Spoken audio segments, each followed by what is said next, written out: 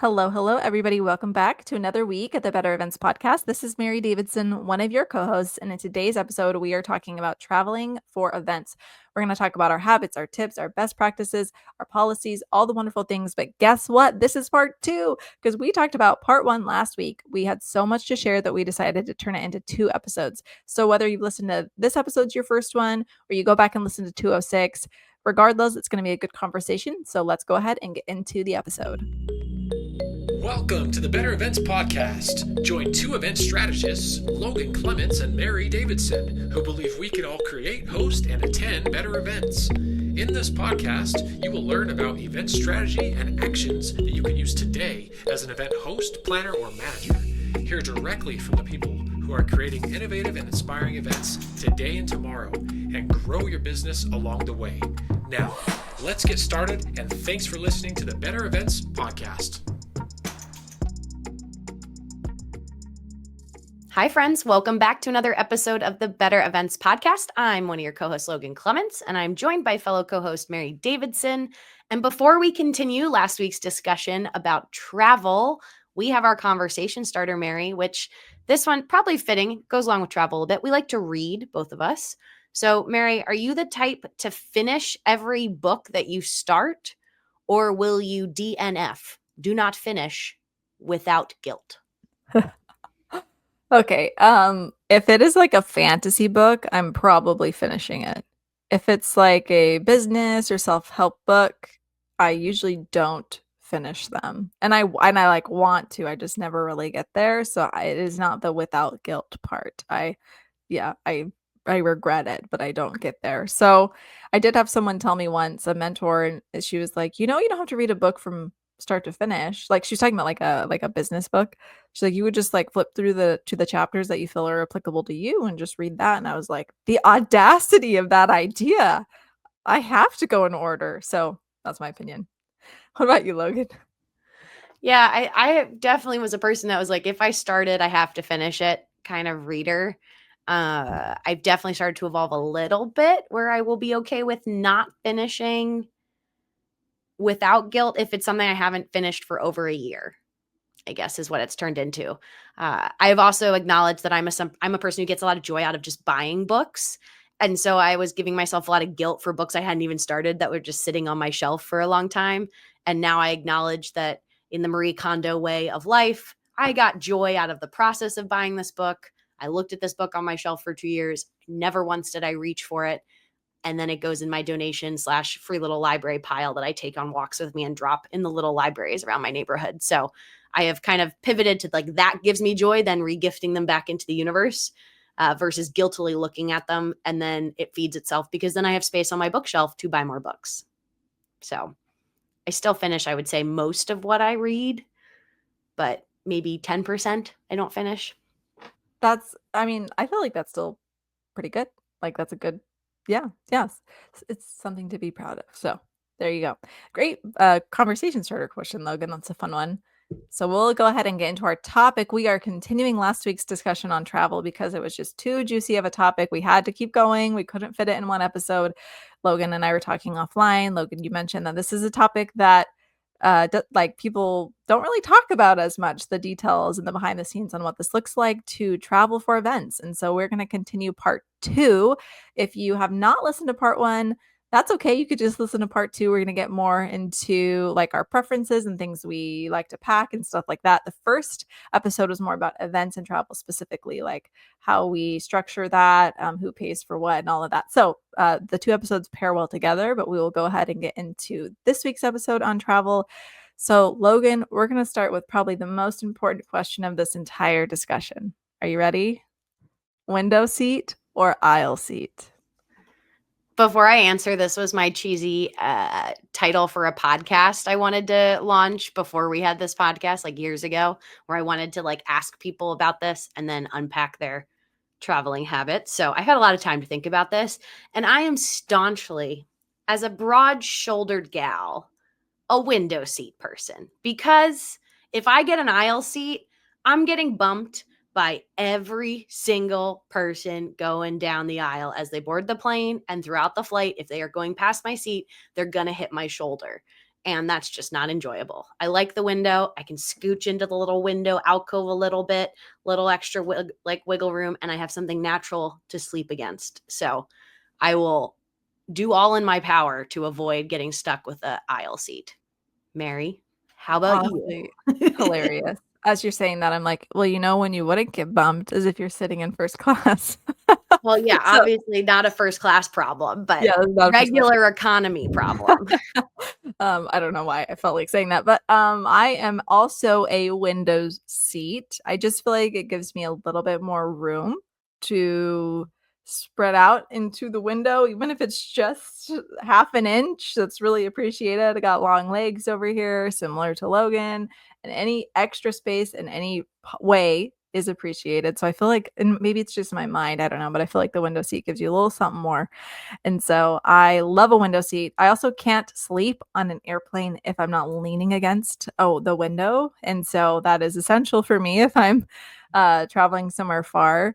So yeah, I think that's me. I'm a window seat person. But I have to say I have gotten trapped in a window seat when my seatmates are sleeping on like a long haul flight and I just had to use the restroom so bad, but I couldn't because I'm a people pleaser. So I couldn't wake them up or do that. So that's the one I mean, con. there's also though I now I'm thinking back, Mary, because I'm a Delta Diva and I get upgraded sometimes. I was an aisle person or at one time in a first class seat, and the window person did not understand etiquette that they should have used the restroom before they got on the plane.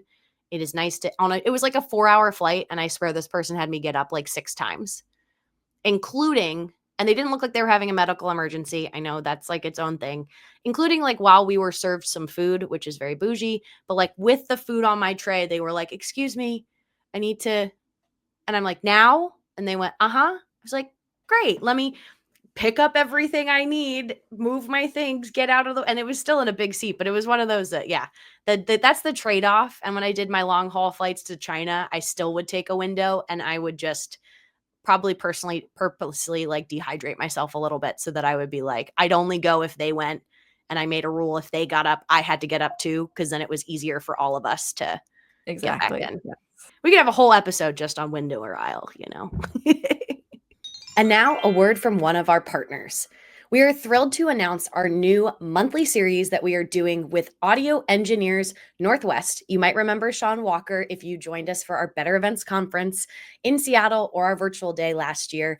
But we are going to be teaming up every month to bring you a different audio or production tip from Sean, who is doing the best of the best audio and AV production work in the industry. So without further ado, here is your monthly tip courtesy of Audio Engineers Northwest. Hey guys, thanks for having me. Today's question is, what causes the biggest impact to overall budget from a production standpoint or production perspective? And I would say that's basically twofold. First is venue selection. And I don't mean, are you at the Fairmont or the Hyatt necessarily? I mean, what does it look like to load in and out of that venue from the loading dock? Is there a loading dock? Walk from the loading dock to the event space or the ballroom. Is it a quarter mile underground up 3 elevators? That's going to cost you a pile of money in labor to get people to do that. Or is it right across the hallway? Some examples here in Seattle. The Fairmont Olympic is the first version. Loading dock is across the street, down 2 elevators, quarter mile underground, up another elevator, and then you get to the ballroom. Super duper expensive to get a bunch of labor. The other example, the Sheraton here, you back into the loading dock, you open the doors across the hallway, and you can literally push cases from the dock to the ballroom. Piece of cake. Not that I'm promoting one venue or the other, just things to keep in mind as you're looking at venues. The next thing is where it's physically located. Is it a destination? Is it on an island? Do you need ferries? Are there flights? Those are things that are going to have a huge impact to people's day rates because they're going to have days of travel or whatever. So that's going to have a big impact on the overall budget. The next thing I would say is schedule. We are also people. We work 8 to 10 hour days. So if your schedule is to show up at 5 a.m. to load in, to then have a 6 p.m. show, to then have an 11 p.m. loadout, to be done at 5 a.m., that's a 24-hour workday. Nobody works 24 hours. So it needs to be 2 days. It needs to load in the day before and have hotels and then load out. One hotel room, even if it's $300 or $500 a night, is less than 2 hours of overtime or 1 hour of double time in most cases. So do yourself a favor, spend the money up front and get hotel rooms for the people so that they're not in overtime and double time. Plan ahead so that everybody fits into a 10-hour day or less and not 12, 18, 20-hour days, because it's far less expensive to buy hotel rooms than it is to be in overtime or double time, typically speaking. Thanks, Sean. We love that pro tip. We love anytime you can maximize your budget. And as always, listeners, if you want to learn more about what Sean and his team do, go and visit audioengineersnorthwest.com. And we have put the link in our show notes or in our video below. Without further ado, let's get back to the episode. Mary, how do you handle time travel? How do you handle travel time across time zones or red eye flights? You already hinted in last episode that you don't love the red eye, but like, how do you manage your energy with that travel time? Yeah, so I don't travel across time zones too much for events, and so I'll be more interested to hear what you have to say. Logan, I mentioned in last episode, if it is a longer travel day, I really prefer to get there the day before at least, and so that kind of helps me have some recovery time. I don't travel across time zones very often.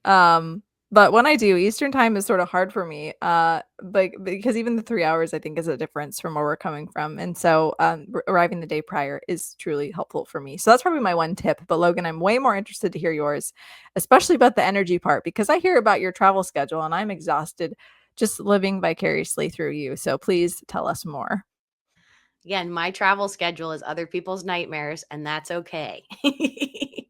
Yeah, I don't know. It hasn't bothered me as much doing domestic travel. It's definitely doing the international stuff when you're 8 hours or 12-hour difference. Like, you really, really feel those. But to your point, Mary, I guess right now I factor in more of trying to not arrive too late at night in my arrival city if I can avoid it.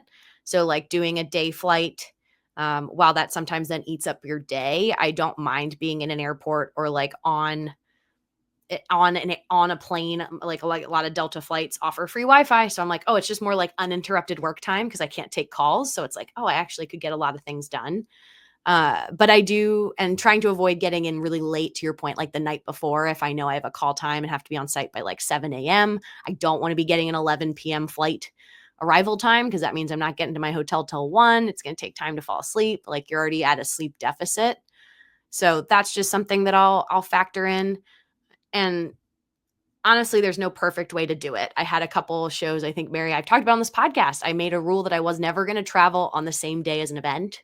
And that was just my rule. And this year, with some of my unexpected travel that came up, I had to do that. And that was actually like the only time, and it was agreed upon certain projects. It was like, no, the only way for you to get there is to travel the morning of. And that was hard, of having like a 6 a.m. wake up. You went straight to being on site, worked all day, and then you get to the hotel, you're just exhausted. So I don't think I'm the picture perfect example of how to do it, because usually I like to add in some buffer time post events that I am on the road for a long period of time. I realize I need recharge time, and I didn't necessarily give that to myself this first couple months of the year, but I feel like I had a perfect storm of both a lot of unexpected travel with some client work, and then having all the family stuff going on with Jeannie was just kind of like I was getting it on both ends. So unfortunately, listeners, I think you have to trial and error and figure out what works for you.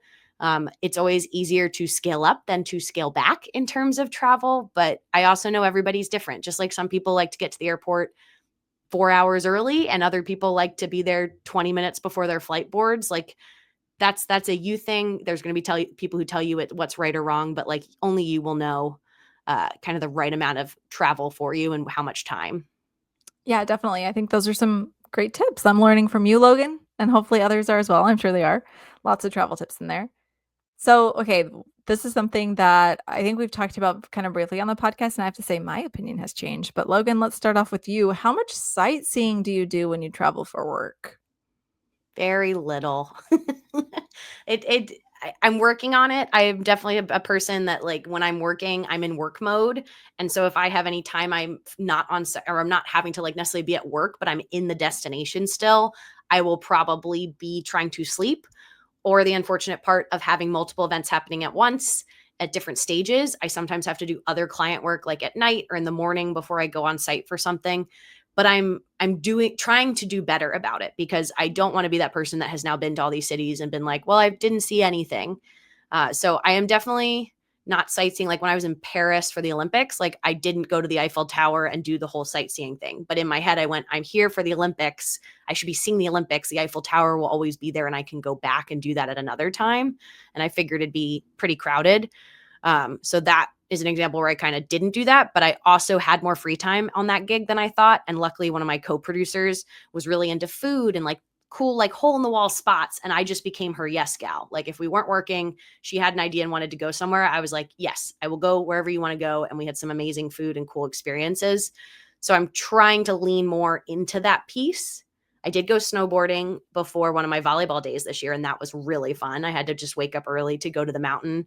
But we had a rental car and I brought my snowboard, and I got told that I was a little more relaxed that day. And I'm going to choose to hear it the way they intended it, that I seemed like I was in a good mood and not that I'm uptight when I don't snowboard. But that's where my brain goes when I hear a compliment like that. The perfect pre-event ritual is just to go snowboarding, apparently. Good to know. That's Logan's thing. Wind on the face and some snow and sunshine and catching yourself just like smiling while doing an activity is a good mood booster. I will say that. But Mary, how about you? How much sightseeing are you doing when you travel for work? Okay, so let me take you on a journey. You'll hear this in earlier episodes of the podcast. I used to say, if you're going to be there, you just might as well extend. And I don't necessarily disagree with that anymore, but I am at a time right now where I'm really trying not to travel as much. If it's paid work, I'm like in it for sure, but I'm ready to go home after, and so I'm not really extending that much anymore. So I think it just you'll know what's best for you. If traveling for events is something that's kind of new for you, then it might be really fun to extend to sightsee a little bit more, whether it is like a half day or a day or more.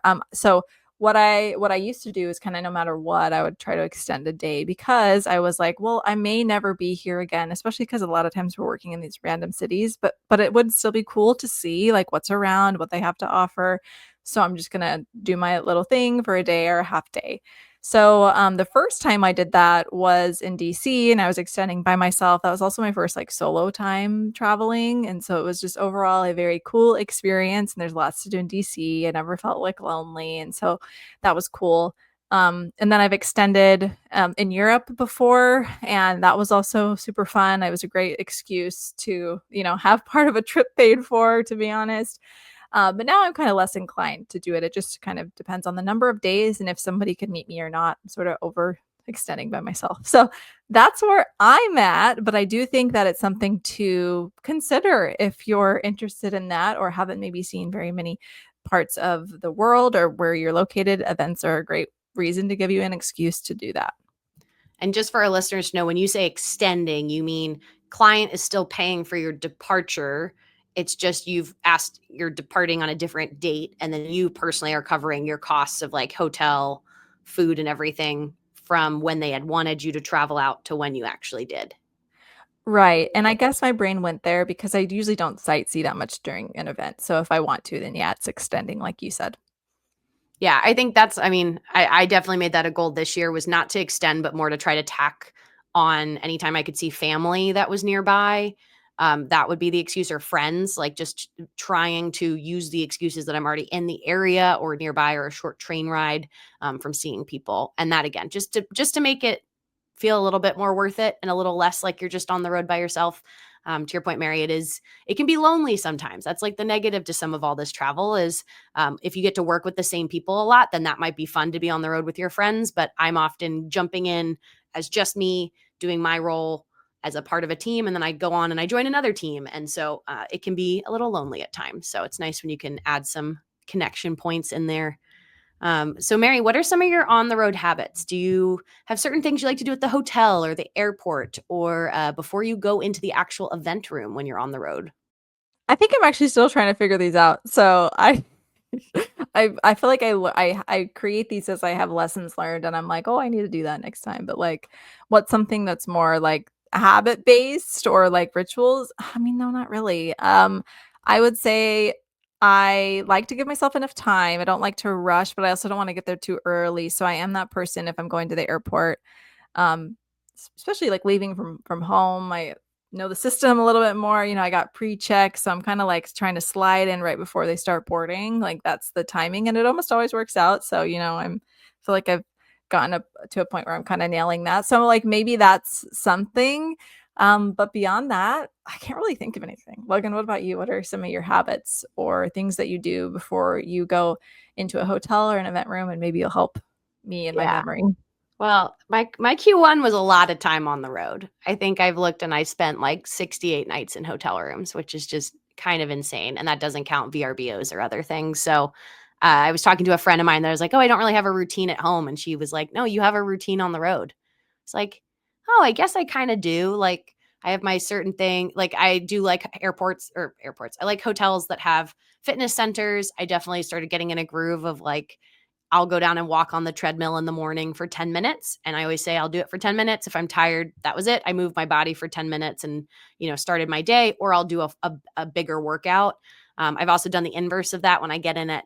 If I like had a travel day where I sat on the plane all day, I would order delivery food. Mary, you'd appreciate this one. And then while the food is getting delivered, because it takes sometimes 30, 40 minutes, I'll walk on the treadmill while I'm like waiting for my food and like watch a TV show or something. So I'm like, oh, I feel good because I'm moving my body after I just sat, but I'm also kind of actively waiting for my dinner. So I feel like but I'm also turning my brain off with TV. So I feel like I'm bundling all these things together that make me happy. So that's something I really enjoy. And I would pack certain like exercise bands or a little foam roller or little things that I knew just would make me feel better. And then I got in the habit of trying to pick up protein shakes, those pre-made protein shakes, whether I pack them with me and fly or I find a local grocery store, especially a lot of these projects I've had a rental car, which has been nice so that if I know my room has a mini fridge, I'll go and pick up some of those because that is just such an easy grab and go morning snack, especially when you have early call times. I feel like having a protein shake to start my day just makes me feel like I did something for myself. And then my last one for airports is I said, I'm a Delta diva. I have the credit card that gets me into the lounges. And so counter to Mary's point of getting there 20 minutes early, when I can, I like to get there and actually like get food and have like my routine is I always get like a hot tea before I leave the lounge to go to the plane because that's like hydrating and warm and cozy. And big enough that I don't think it's going to have to make me go I use the restroom and then I get a hot tea and I exit the lounge. So yeah, You reminded me of some others, so thank you go ahead. for jogging my memory there. Um, love what you said about the lounge, absolutely. I don't normally have, like, enough time to go into them, but I do enjoy when I can. Shout out to the Chase Sapphire lounges. Have you been in one of those? They're so nice. I don't think I have. They don't have one in SeaTac, right? No, they don't. There's I think there's only, like, 9 in the world right now, but they're slowly starting to build more in the US, and I just went to my first one. I don't remember San Diego, maybe? It was nice. Anyway, that is aside, not important to this conversation right now.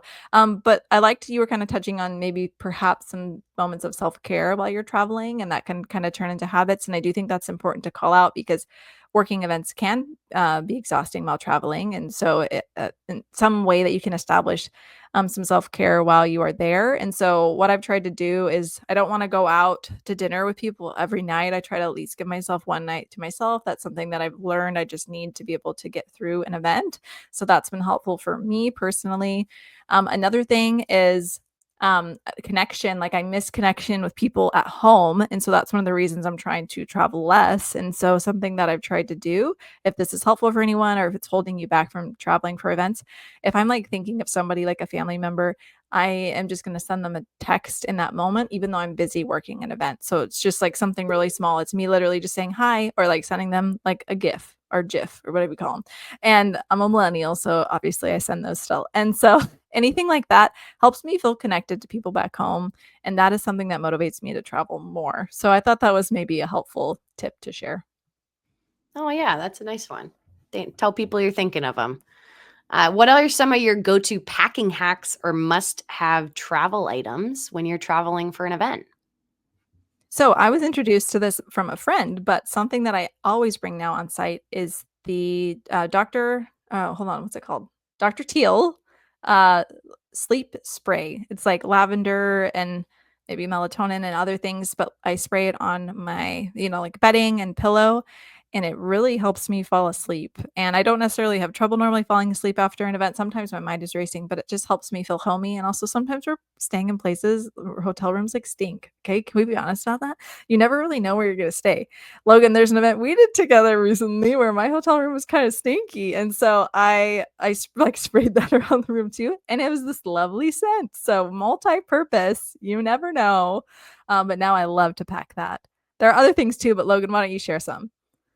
Yeah, I've talked about my home kit, my little toiletry bag I have with like my twinkle lights and some like silverware and similar lotion for my feet and a little massage ball. So those are things whenever I'm having a larger like trip where I'm going to be packing a really big bag, I will bring that with me.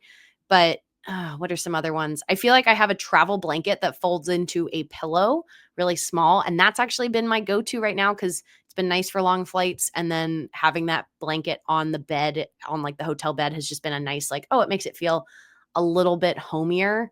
I have not been bringing my like neck brace pillow thing that I have. I've saved those now for long haul flights. I feel like I figured out 6 hours and less, it's not worth me packing.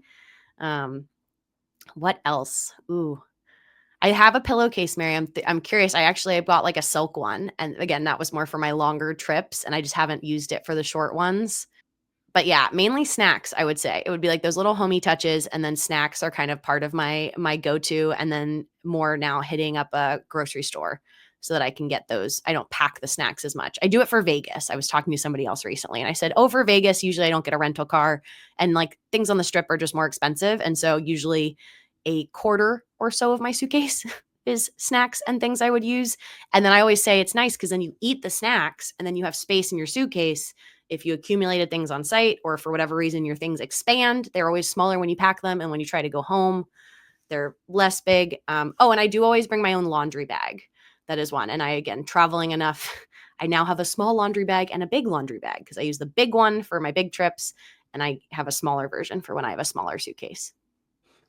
I love that. We also have a friend of the pod. I remember she said that she packs like a thin, I don't know what you call it. It's like a bathrobe, but it's more like a thin like wrap, and it just like it's comforting, and it's kind of because you're like, like it's like you're wearing a bathrobe or wearing a blanket or something like that. And I loved that kind of thought of taking something that, you do in your home to your travels, and it's thin enough that it can pack up. So anyway, I thought that was kind of fun too, and I want to start doing that. Yeah, I think my last one would be I wear the same thing when I fly. I will always, and it's evolved now over the years what I wear, but now I've been obsessed with the brand Spanx. They make amazing sweatshirt material. It's very buttery and comfortable, and the sizing is very inclusive and just comfy. And so it's their material called Air Essentials, and I have a black, both a jogger and a wide leg version. Disappointed in the wide leg just because it doesn't have pockets. So I don't fly in it. I fly in the joggers, and I wear a plain white t-shirt. And then I have now 3 versions of the Air Essentials black matching top. So whether it's a crew neck, a hoodie, or I have like a turtleneck version.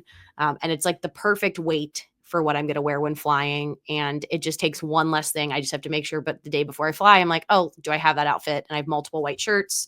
So I just have to always make sure my sweatpants and one of the sweatshirts is clean. And then I always fly in sneakers just because they're comfy. I love it. Awesome. You're making me think like a travel outfits and things like that. So Logan, put the link in the chat. We want to know. It's going to be fun to see. I'm going to check it out. Okay, so our next question, Logan, are there any travel apps or services that you swear by as an event pro on the move? This one's hard. I feel like whatever airline you're traveling with, you obviously want the app. Whatever hotel you're traveling with, it'd be great to have the app too. This year I always joke, I don't have any hotel loyalties. This year has turned into a Marriott year for me. A couple years ago, I was a Hilton gal, again, just based on how clients usually are booking things for me. So I don't usually get to have a say. But having those apps is really helpful. And again, for Delta, I love it just because, yeah, you can track if your flight's running late.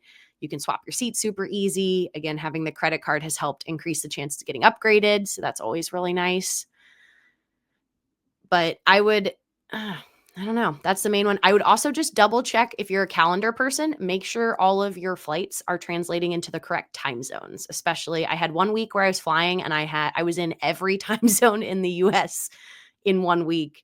And the amount of times I had to double check that my calendar was like floating the time to match the time zone I was in. So I'm a big fan of downloading the actual like calendar invite from your airline versus you manually putting in, because it sometimes doesn't do that. And you would hate to miss your flight. Mary, what do you have some apps or services? I just keep going to my credit card benefits, which I think we've sort of talked about on here before. I know, Logan, you have a credit card you like. I use the Chase Sapphire Reserve, which is what I mentioned kind of earlier.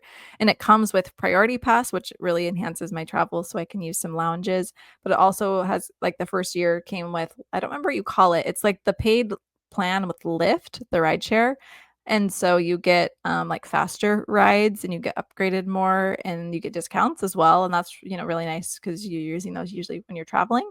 And so I appreciate all those things. If I have to book my own hotel or accommodation, I love booking.com. This is not an official ad, but it could be because I use it so much that I get discounts now when I book through them as well. And they usually have cancellation till right before your booking, which is really nice. So when I'm in charge of booking, I usually try to go through that. And then the other thing, this is a very, very niche and specific tip. If you are ever flying out of the SeaTac airport, they have Spot Saver because it's so crowded and congested. Other airports might have this too, but this is a tip for SeaTac where you can just go like Google Spot Saver SeaTac airport and you can pick a time for yourself to go through the Spot Saver line, which is not pre-check. It's something different. So if you don't have pre-check and don't want to stay in the general boarding line, Spot Saver helps save you some time. So there's a tip. Yeah, that is such a good one. And I would just, my last one, if you're just getting started to travel, don't feel pressured that you have to double down on a brand or an airline or something, but just always sign up for the royal, like the points, the loyalty points. Almost everywhere it is free. They're not asking, again, if you get a credit card, you get bonuses and stuff like that, but like it costs you nothing just to get an account. It is very hard afterward on most airlines to go back and try to get that credit. So if you're going to a brand new hotel chain you've never been to before, sign up. And then always when you check in for hotels, I just always ask, can I add my insert whatever the name of their loyalty points member number on it? And almost all of them said yes. I had one this year that said no, they needed permission from the person who booked my room, who was like my friend. And so I was like, hey, do you mind coming to the front desk? They don't believe me that you're letting me have the points, but I'd say 80% of the time the points are yours to have. And like Mary said, you can cash them in for things. So last question here, Mary. If you could set one universal travel standard for all event professionals, what would it be? This is really hard, and I think my opinion has changed while we've talked through these 2 episodes, but I think I'll say it's to arrive to your event early. So, give yourself time with travel issues and all the things and just arrive early, whether that's the day before or many hours before, but give yourself a buffer. That's what I would say. Logan, what about you? Yeah, I think mine would be in the self-care vein of like take care, like make time for you. So to your point of how Mary likes to take a night to just do nothing, be alone, not go out with people. Or like for me, it would be, I've definitely tried to get up earlier to be able to get time in the gym or move my body, not trying to do something super intense maybe, but just moving a little bit makes me feel really good. Like I did something for me. And that can feel really tough when you're tired, but I've learned I always feel better afterward, even if it's hard to motivate myself in the moment. I love it. A good balance of final tips there. So hopefully you all gained something from this episode, or if you're a fellow travel nerd like us, you can share your tips and tricks with us as well. We'd love to hear from you. But before we wrap our episode, we have our bonus tip from Logan today. Yes, my bonus tip is to pack your adapters, but caveat, please pack them in a easy to find method. I recently did some spring cleaning in my office and thought I had a genius idea of putting all of my adapters and cables and cords in one pouch, a really big pouch, and I would bring that on site. And I had to bring it on site for an event, and I just looked like a mess in terms of like personally trying to figure out which of my adapters was in this bag of adapters. So just make sure you bring them. I forgot in this big bag. I still happen to forget two that I needed. So make sure if you're going on site, taking your laptop, if you're plugging your laptop into anything or helping with content, you need adapters. And if you can label them like USB versus USB-C, you're going to help yourself out in the moment. I love it. Very applicable bonus tip for today. Thank you, Logan. And thank you, everybody, for listening to another week of the Better Events podcast. We are so thrilled that you took the time to spend your time with us. So you can follow us on Instagram, Facebook, and LinkedIn at Better Events Pod.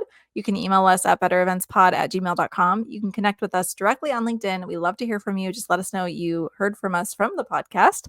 And if you want more Better Events content, please check out our private community on Substack and Slack. We'd love to see you there. And thank you so much for listening. We will be back with you again next Wednesday.